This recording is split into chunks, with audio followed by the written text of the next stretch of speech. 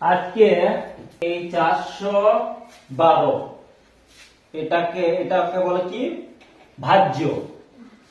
এটাকে দিয়ে আমি ভাগ করব, 4 দিয়ে ভাগ করব। ভাজক কত? ভাজক 4। ঠিক।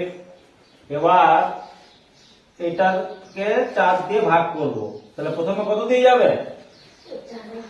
4 একে 4 একবার যাবে, 4 একে 4।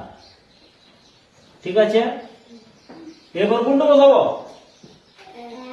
1 আর 2 হলো, এটা বসাবো না, দুটো পর পর বসানো যায় না, সবসময় একটা করে বসাতে হয়। তাহলে এটা ভুল, এই দুটো বসানো যাবে না, সবসময় একটা বসাতে হবে। ভাগের নিয়ম হচ্ছে একটা বসাতে হবে, একটা নামাতে হবে।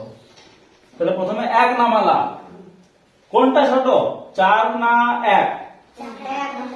তাহলে 4 একে 4 যাবে না, বড় হয়ে যাচ্ছে, তাহলে 0 দিয়ে যাবে। 4 0 0। এবার এটা বিয়োগ করে একটা নামলো 1। এটা আমার বিয়োগের জন্য বিয়োগ করে এটা 1 পেলাম, পেয়েছি তো। এবার এই দুইটা নামবে, এবার এই দুইটা নামালে ঠিক হবে অঙ্কটা। এবার এই দুইটা নামলো, এবার কত হবে? কত হবে? হ্যাঁ, 4 3 12, 3 12 হয়ে গেল, মিলে গেল।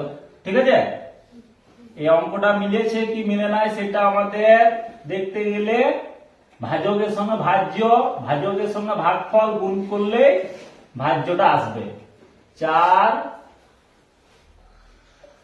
103 এর সঙ্গে 4 গুণ করতে হবে, যদি না মিলে তাহলে আসবে না। চলে আসছে, অঙ্ক ঠিক আছে, বুঝতে পারলে?